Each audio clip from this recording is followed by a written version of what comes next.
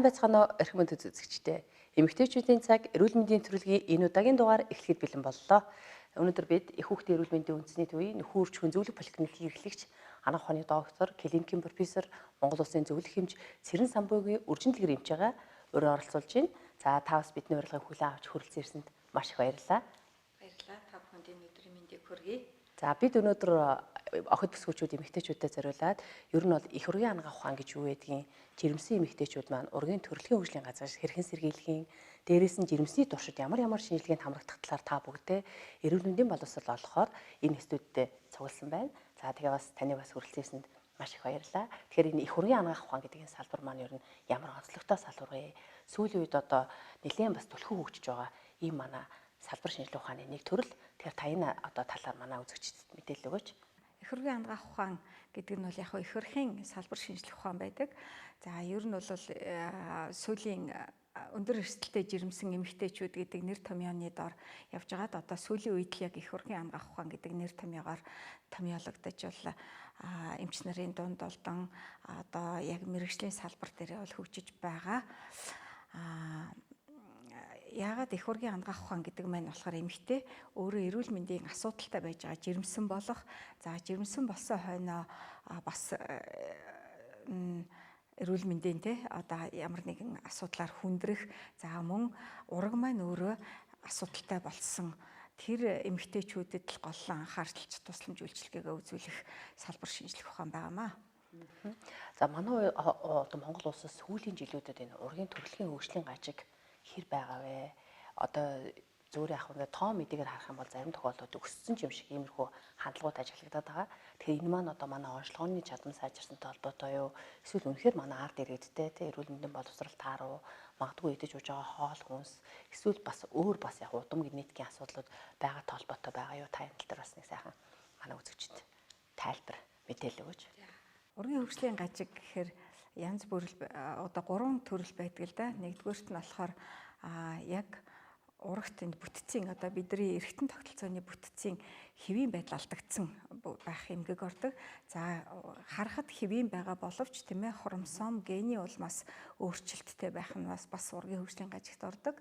За мөн энэ бодисын солилцооны эмгэгийн улмаас үйл ажиллагаа алдагдаж за бас бүтцэнд өөрчлөлт орж байгаа. Өөрөөр хэлэх юм бол энэ 3 үндсэн шалтгаантайгаар ургийн хөгжлийн гажиг бол тодорхойлогддог. За ургийн хөгжлийн гажиг яг сүүлийн үед нэмэгдэж ийн л гэж хүмүүс яригадаад байгаа. За гэхдээ энэ дээр бол хэд хэдэн хүчин зүйлүүд нэмэгдэж байгаа. Нөлөөлж байгаа. Нэгдүгээрт бол оншилгооны чадамж их сайжирсан. За хоёрдугаарт бас ер нь бол тохиолдлоор үүсэх эмгэгүүд бол бас нэмэгдсэн. Энд бол маш олон хүчин зүйлүүд нөлөөлж ийн л да. Яг энийгээд хэлэхэд хэцүү. Гэхдээ одоо жишээлбэл одоо чихрийн шижин бол ургийн хөгжлийн гажиг тэр дундаа бол нугасны эверхийд бол нөлөөлдөг тий. Гэх мэтээр бол нөлөөлөх хүчин зүйлүүд бас бол энэ орчиндөө бол ихссэн. Энтэй холбоотойгоор бол бага хэмжээгээр бол нэмэгдсэн. Тэгэхээр манайх бол сүүлийн жилүүдэд энэ их ургийн анагаах ухаан гэдэг салбар нь илүү түлхүү хөгжиж байна л да. Тэгэхээр та энэ хөгжийн талаар энэ одоо шинжилгээ ухаан яг хизээнээс эхэлж Монгол улсад хөгжөв. Ер нь дэлхийн нийтэд ч гэсэн энэ бол бас шин тутам ийм салбар байгаа. Тэгэхээр энэ салбарын талаар бас жоохон хөгжлийн талаар ярьж өгөөч. Манай улсад одоо яг энд төрлийн бэлтгэгдсэн мэргэжилт ер нь хэр олон байдгийг, хизээ хаана анх бэлтгэж ирсэн түүхийн талаар бага зэрэг мэдээлэл өгөөч. Их ургийн анагаах ухаан гэдэг нэршлэрээ бол сүүлийн үед бол дэлхийд ч болон Монголд хүртэл мэргэжилтнүүдээ бол нэршлэж салбараа хөгжиж байгаа. За Монголын хувьд бол их ургийн анагаах ухааны мэргэжилтэн гэдгээр бол яг улсын бодлоготойгоор бол 8 мэргэжилтнийг 2014-өөс 16 онд Оклендийн их сургуулийн хөтөлбөрөөр 3 жилээр за ажлын байранд дах болон онлайн сургалтаар бол бэлтгэгдсэн 8 эмч байдаг юм аа. Тэр эднэр маань бол одоо энэ салбар шинжилгээ ухааныг цаашид одоо Монголд нутагшуулж өргөжүүлж хөгжүүлэх үүрэг зорилготойгоор бэлтгэгдсэн эмч нар ажиллаж байна. За ургийн хөгжлийн гажиг гэдэг нь бол ер нь бол 3 үндсэн одоо чиглэлтэй нэгдүгüүрт нь бол бүтэц алдагдаж бүтцийн эмгэг байгаа. Нөгөөх нь хромосом ген хромосомын эмгэг маань бол бас ургийн хөгжлийн гажиг бүртгэж явдаг. За мөн дараа нь болохоор нөгөө бодисын солилцооны эмгэгийн улмаас илэрч байгаа эмгэг өөрчлөлтүүд маань мөн бас ургийн хөгжлийн гажиг болоод явдаг.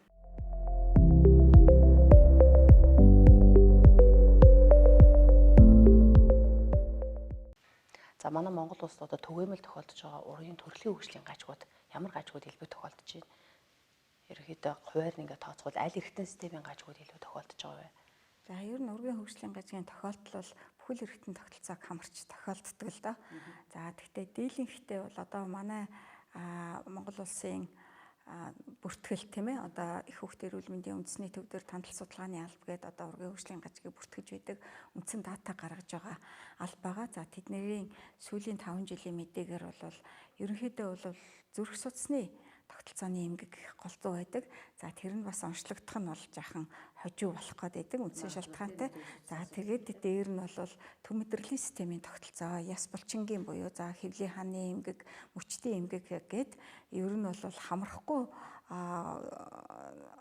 эргэтэн тогтолцооны гач хөгжил гэж бол бас тохиолдохгүй байна л да. Ховор боловч эмгэгүүд бол бас их ганц нэг мэрсээр тохиолдож байна. Дийлэнх нь бол мэдээж төв мэдрэлийн тогтолцоо, зүрх судасны тогтолцооны эмгэгүүд бол голчлон онцлогдож байна, тохиолдож байна.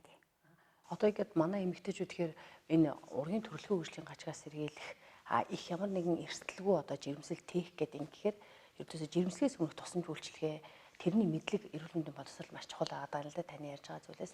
Тэгэхээр эмэгтэйчүүд маань ер нь жирэмслэхээс өмнө юуг анхаарах хэрэгтэй вэ? Энэ бол маш чухал байгаа. Одоо яг эрүүл мэндийн тусламж үйлчилгээ тийм ээ одоо жирэмсэн эмэгтэйчүүд жирэмсний хяналтанд орохоос өмнө одоо эмэгтэй өөрөө эрүүл байж жирэмсэн. За одоо энэ манай салбар дээр бол эрүүл эцэг гэхээс эрүүл хүүхэд төрүүлнэ гэсэн одоо тийм бодлого уриатайгаар бол ажиллаж байдаг. За ингийн тулд одоо эмэгтэйчүүд жирэмслэхээс өмнө за ялангуяа одоо төлөвлөх хэрэгтэй тийм ээ. Нэгдүгürt төлөвлөх их чухал, төлөвлөөд өөрийгөө бэлдэнэ гэсэн үг байгаа.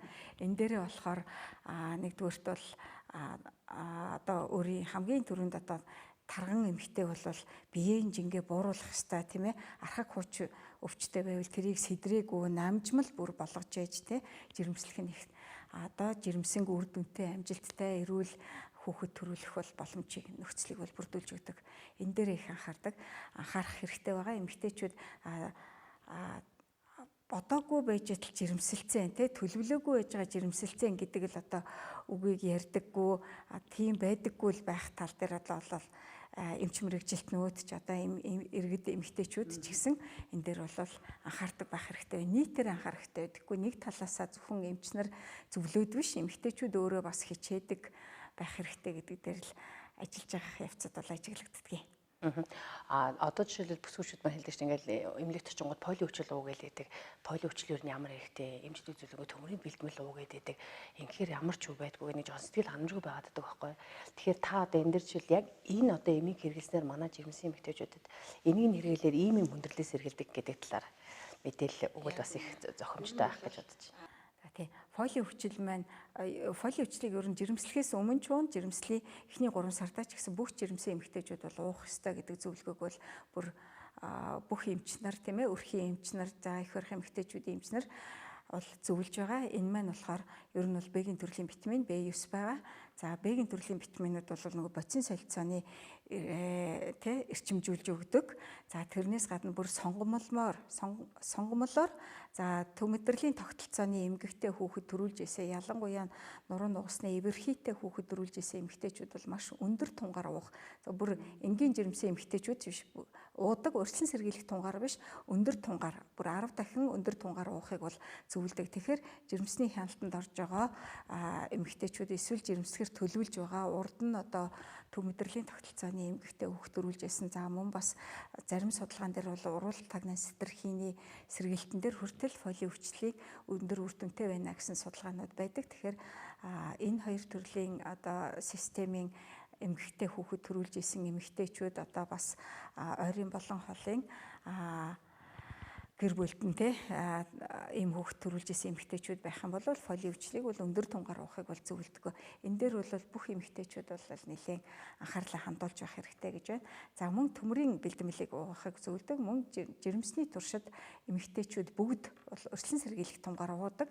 Харин цус багталт одоо шинжилгээгээр цус багталт онцлогдох юм бол эмчилгээний тунгаар бол уух хэрэгтэй байдаг. За хэдий хугацаагаар уух уу тэ хэвийн төвшөндөө цус багталтгүй төвшөндөө хүрж үгүй юу гэдг нь бол жирэмсний хяналтынхаа эмч бол үзэж ягаад зөвлөж тунгийн тохируулж ихсгэх бууруулах зөвлөгөөг бол тухайн жирэмсний хяналтын эмч бол зөвлөж өгдөг.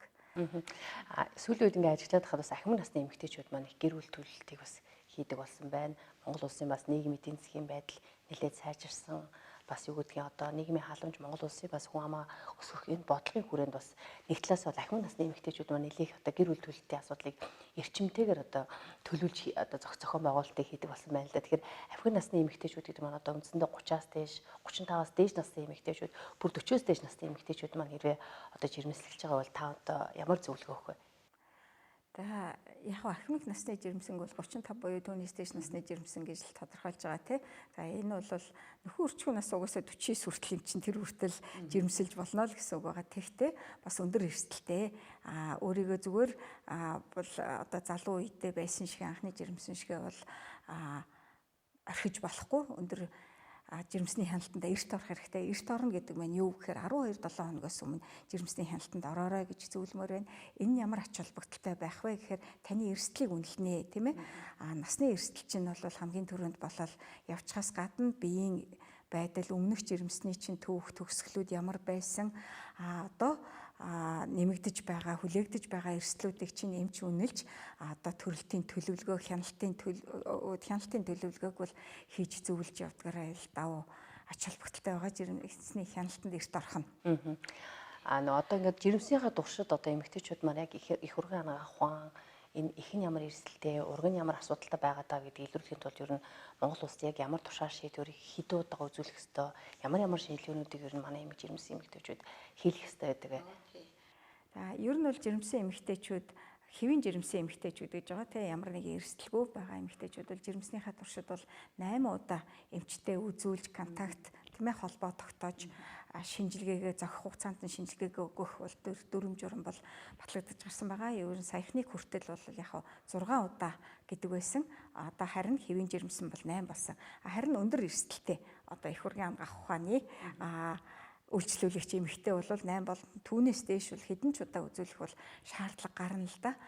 Тийм тэгэхээр тэр эрсдлээ үнэлүүлэхийн тулд эрт хяналтанд ороорой гэдгийг нэгдүгээрт бол эмэгтэйчүүдтэй зөвлөмөр байдгийг. За мөн түрүүн таны асуусан 35 буюу түүнээс дээш насны эмэгтэйчүүдэд бас нөгөө урагт хоромсоомын эмгэгийн эрсдэл бол яг насны шалтгаанаар бол ихсэд ирдэг.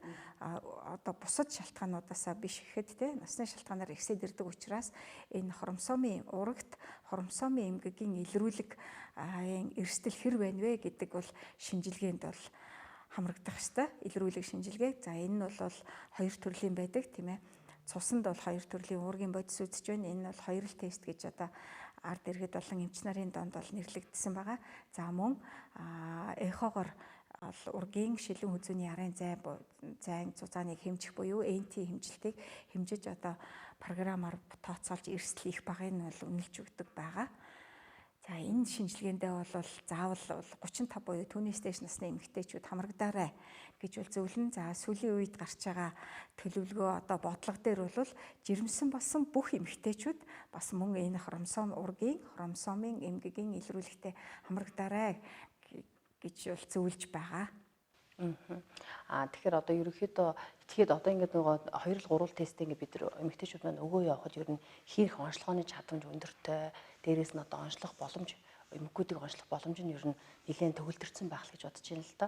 За тэгэхээр ерөнхийдөө одоо ингээд их ургийн анагаах ухаан гэдэг нь зөвхөн одоо ургаа анхаарахаас гадна бас эхийн эрсдлүүдийг тогтоож байгаа те. Тэгэхээр эрсдэл өндөртэй хэрэг гараад ирвэл эмэгтэйчүүд маань ямар одоо эрүүл мэндийн боловсрал мэдлэгтэй байх ёстой.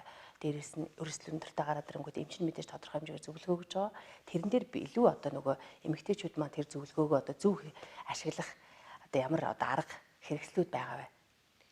За ер нь бол дэлхийн чиг хандлага бол одоо жирэмсний эхний 3 сард л одоо энэ жирэмснийг те хамгийн таатай зөв тийм ээ үр дүнтэй төгсгөхөд бол чиглэсэн илрүүлэг шинжилгээнүүдийг маш ихээр хийдэг болсон.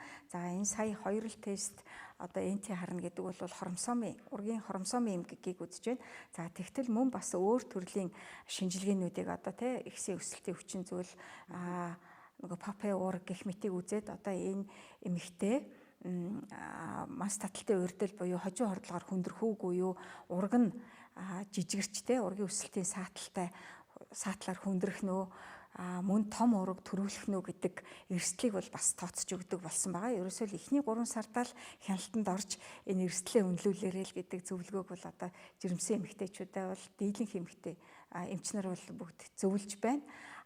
Тэгээд одоо өндөр эрсдэлтэй гарсан эмэгтэйчүүдэд дараагийн зөвлөгөө нь яах вэ гэхээр эрсдэл баг гарвал тийм ээ одоо хэвийн жирэмсний хугацаанд үзүүлдэг товлолт хугацаануудад үзүүлээд явчихна. Өндөр эрсдэлтэй гарах юм бол тэрийг нь бол яг өвчлөх нүггүй юу гэдэг оншилгоонд оруулж өгч болж байна. За мөн өндөр эрсдэлтэй болоод ирэхээр сэргийлэх эмчилгээнүүдийг хийж өгч байна. За энэ оншилгоо гэдэг нь болохоор урагтаа яг л хромосомын эмгэг байна уугүй юу гэдгийг бол онцлогоонд оруулж байна. Одоо манайх бол мөн бас онцлогоогоо 2015 оноос бол Монгол улстай хийдэг болсон. За энэс өмнө бол яг Монгол улстай хийх боломж нь хязгаарлагдмал өндөр эрсдэлтэй байна л гэдэг дүгнэлтийг өгчөөл хардаг байсан бол одоо бид нар бол оншилж байна тий оншилж байна. Одоо энэ оншилгоог бол их хүүхд эрүүл мэндийн үндэсний төвд тий удам зүйн лаборатори 2012 онд байгуулагдсанаас хойш бол хийж байна. Тэгээд жилдээ нэг 350-аас 500 орчим одоо яг ургийн хромосомын оншилгоог ургийнх нь тий за эцэг эхийг бол тустай байгаа. Нярайх бол бас тустай байгаа. За бол хийж гин. Тэгээд энтрээсээ бол нэг 10-аас 14% нь бол онцлогдож батлагдаж байна л да. Өөрөөр хэлэх юм бол даун болон одоо Эдвардс Бутаугийн хам шинжтэй ийм хромосомын эмгэгүүдийг бол жилдээ нэг 35-аас 50 тохиолдлыг бол бид нар бол оншилж чадж байна тий. Ерөн сая хэлээ хоёр л тестийг манай эмэгтэйчүүд яг жирэмсэн ямар хугацаанд хийх ёстой вэ? За хоёр л тестийг бол ер нь жирэмсний 9-өөс одоо 13 7 хоног 6 хоног хүртэлх хугацаанд өгөх бол боломжтой. Энэ бол эхний 3 сарын илрүүлэг гэдгээрээ бол 13 недэл 6 хоногор төгсөж байгаа. Тэгэхдээ энэ шинжилгээний хамгийн мэдрэг байх өвөрмөц одоо оновчтой хугацаа нь бол 9-өөс 11-7 хоног. За өчигдөрхөн одоо бас up to date платформоос үзэж байхад бол ер нь бол 11 недэл бол хамгийн цохимжтой тий оновчтой accuracy сайн хугацаа юм а гэж бол зөвлөсөн байлээ. Тэгэхээр бол хоёр л тесттэй бол 11-7 хоногтой да. НТ харуулахыг бол 12-7 хоногтой да өгөх юм бол одоо энэ илрүүлэг шинжилгээ хамгийн бодиттой үнэн байх магадaltaй байгаамаа. 95% хүртэл үнэн байх магадaltaй байгаа. Түрүүн та хэлсэн манай одоо сүүлийн үеийн бодлогоор бол эрүүл мэндийн салбарын бодлогоор бүх жирэмсэн эмэгтэйчүүдийг энэ хоёр л тест шаардлагатай одоо их ургааны ухааны үйлчлүүлэгч эмэгтэйчүүд хийх ёстой ер нь тийм зөвлөмж өгж байгаа гэсэн. Тэгэхээр энэ шинжилгээнүүдийг манай эмэгтэйчүүд одоо яг улсын эмнэлгээр хийх юм боломж ер нь бүрдсэн үү?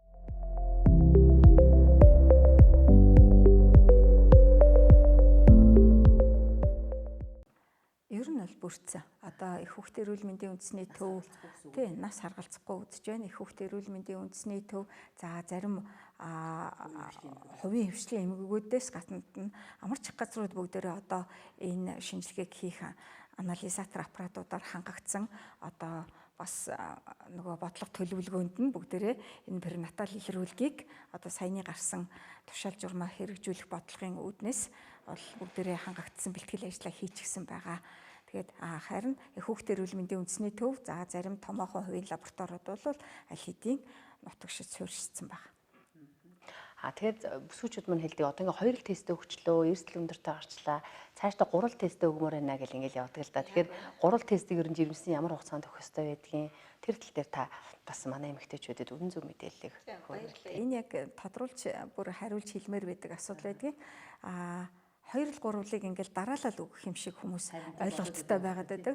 Үгүй юм аа тий. 2 тестэнд өгсөн. За тэгээд энтэй харуулжаад эхний 3 сарынхаа илрүүлэгт хамрагдсан бол 2-3 тестийг бол өгөх шаардлагагүй байгаа юм.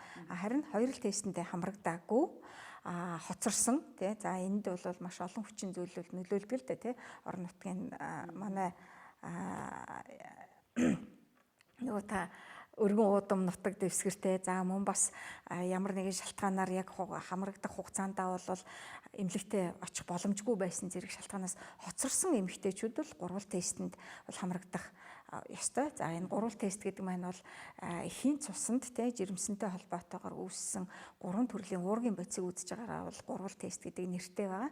За энийг үзүүлэх хамгийн цохиромжтой хугацаа бол жирэмсний 15-аас 18 7 хоногтойд бол энэ шинжилгээг бол өгдөг юм аа. За тэгээд энээсээ үргэлжлүүлээд 18-аас 22 7 хоногтойд бүх жирэмсэн эмэгтэйчүүд одоо нөгөө нас харгалзахгүй бүх жирэмсэн эмэгтэйчүүд за ургийн анатомийн бүтцийн одоо үнэлгээнд бол эхонд шинжилгээнд бол хамрагдаж байгаа. За энэ маань бол 2 дугаар 3 сарда илрүүлэг шинжилгээнд хамрагдчихж байгаа.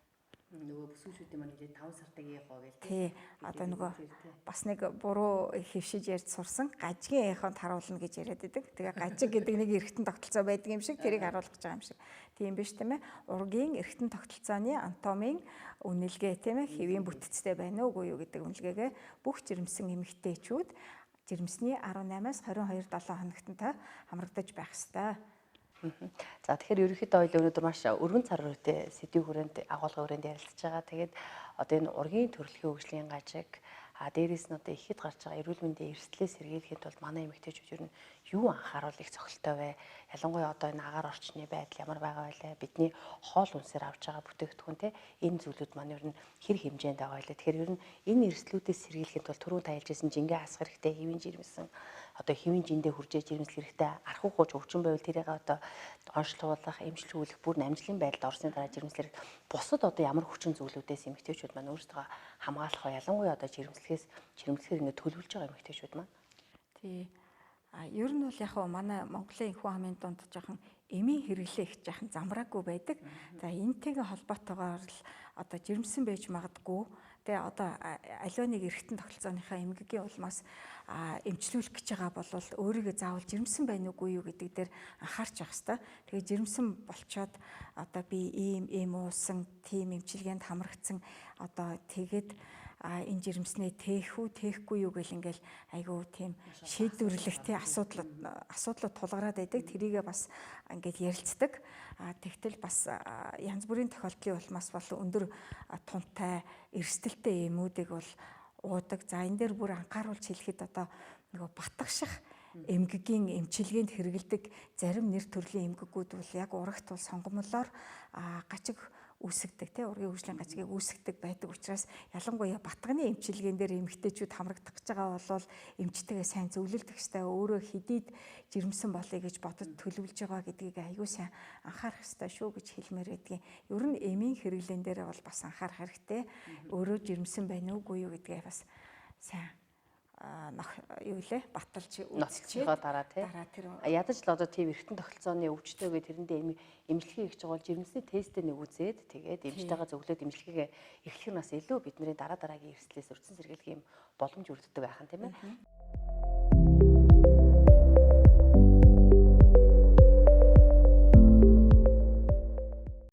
Тэгээ түрүүн хоёлаа нэлийн ургийн талаар их ярилцлаа л да. Тэгэхээр эхийн талаас одоо яг одоо манад Монгол улсад их хүндрэлд хүргэж байгаа жирэмсний ямар эмгэгүүд илүү төлхөө байна. За тэр эмгэгийг онцлохын тулд түүнээс урьдчилан сэргийлэхийн тулд манай эмэгтэйчүүд одоо ер нь ямар одоо мэдлэгтэй байх хэрэгтэй вэ?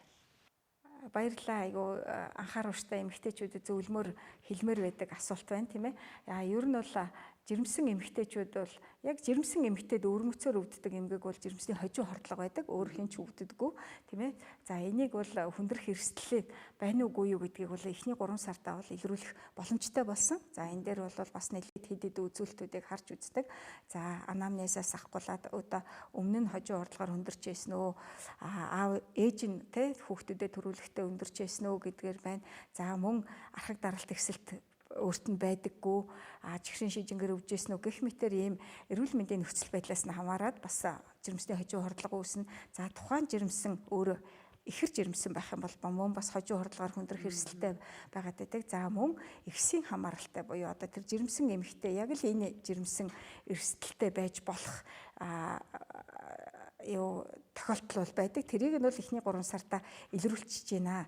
Тэгээ илрүүлэгт нь бол хамрагдсанараа бол энээсээ бол сэргийлж болж байна. За одоо харамсалтай нь ерөөсөө хожуу хорлогоос сэргийлэх ганц л арга байгаа. Энэ бол аспиринаар юм аа. Бага тунтай аспириныг жирэмсний эрт хугацаанд ялангуяа 16-7 хоногоос өмнө ууж ээж бол сэргийлж чадж байна. Сэргийлэх хувь нь бас өндөр. За ялангуяа бол бүр хожуу хордлогоор хүнд хэлбэрээр хүндрэх эмэгтэйчүүдийг бол 82% хүртэл сэргийлж чадж байна. Хөнгөн хэлбэр рүү шилжүүлж чадж байна. Хөнгөн хэлбэрээр өвдөх эмэгтэйчүүд байсан бол одоо бүр өвдөхгүй байх бол ийм сэргийлэлт болж чадж байна тий. За энэ дээр мөн Дэлхийн эрүүл мэндийн байгууллагын бас зөвлөмж байгаа. Энэ дээр маш олон хүнсний нэмэлт бүтээгдэхүүнүүдийг бол хожуу хордлогоос сэргийлэхэд туршиж үзсэн байгаа. Энэ дээр бол харин кальцийн бэлтгэл бол мөн бас өндөр хувьтай сэргийлэлтүүд дээр бол орж байгаа. Тэгэхээр энэ аспирин болон кальцийн бэлтгэлээр жирэмсний эхний 16-7 хоногтой бүр 12-13-7 хоногоос эхлээд ууж эхлэх юм бол хожуу хордлогоор хүндрэхээс бол өндөр үр дүнтэйгээр сэргийлж чадна гэсэн дэлхийд хийгдсэн тийм ээ. Дэлхийн олон орны олон төвүүдийг хамарсан судалгаагаар бол батлагдсан байгаамаа. За тэгээд ингээд одоо хромосомын эмгэгийн илрүүлэгтэй хамрагдаарай, хожуу хордлогын илрүүлэгтэй хамрагдаарай, мөн диабет, чихрийн шижингээр одоо том ураг төрүүлэх, хүүхдэн жижигрэх, тийм ээ, өсөлтөн саарах эмгэггүүдээр бол хүндрэх эрсдэл байна уугүй юу гэдгийг бол жирэмсний эхний 3 сартаа хяналтандаа орж илрүүлэгтэй хамрагдаарай. Ингэх юм бол сэргийлж чаднаа. Жирэмсэн одоо үр дүнтэй төгсөхөд бол чухал юм аа. За баярлалаа. Өнөөдөр үржинлэг хэмжтэйгээ маш олон өргөн хүрээнд бүтээр бас маш сайхан ярилцлага өрнүүлж байна. Тэгэхээр жирэмсний хожуу хордлого гэхээр манай эмэгтэйчүүд бас их магадгүй нөгөө жирэмсний эрт үеийн хордлого ч гэдэг юм уу тэрнтэйгээ бас андуураад авах магадaltaй. Тэгэхээр жирэмсний хожуу хордлого манай өөрөө ер нь ямар эмэлзүү шийдтэн дээр илэрдэг, ямар хүндрэл дагуулдаг, яагаад энэс урьдчилан сэргийлэх шаардлагатай байдаг талаар та бас нэг мэдээлэл өгөх манай үзэгчдээс хөөжтэй холоо гэж бодож байна. Ер нь бас эмэгтэйчүүд андуурдаг жирэмсний эхний хордлого гэхээр л ерөөсөө нөгөө жирэмсэн болол дотор мухуу оргиж байгаа атагаал андуураад байдаг. За жирэмсний хожуу хордлого гэдэг маань бол яг өөрөө өвөрмөцсөн байгаа. Жирэмсний 27 хоногоос хойш даралт игсэн тий даралт игсдэггүй эмэгтэй даралт игсэн шээсээр уурга гарна хавгнах гэсэн ийм 3 сонгомол шинжээр эмнэлзэн шинжээр бол илэрдэг. Яг л жирэмсэн эмэгтэйд үүсдэг эмгэг байгаа юм. За урьдчилан сэргийлэхгүй болоод ямар хүндрэл орох вэ? Урьдчилан сэргийлэхгүй бол маш их хүндрэлийг одоо ихэд болон урагт тий одоо их улбалсан эмгэг байдаг. Одоо энэ их нярайн өвчлөлийн дэгдлийн бүр голлох шалтгааны нэг юм аа гэж бол тодорхойлогдсон байдаг. За дэлхий дээр бол одоо энэ хожуу хордлогоор бол дэлхийн бүх эмэгтэйчүүдийн за 6-8% нь бол хожуу хордлогоор хүндэрч байна гэдэг боловч Монгол улсад хийгдсэн судалгаагаар бол 16.8 одоо дэлхийн дундаж түвшингээс бол маш өндөр байгаад байгаа.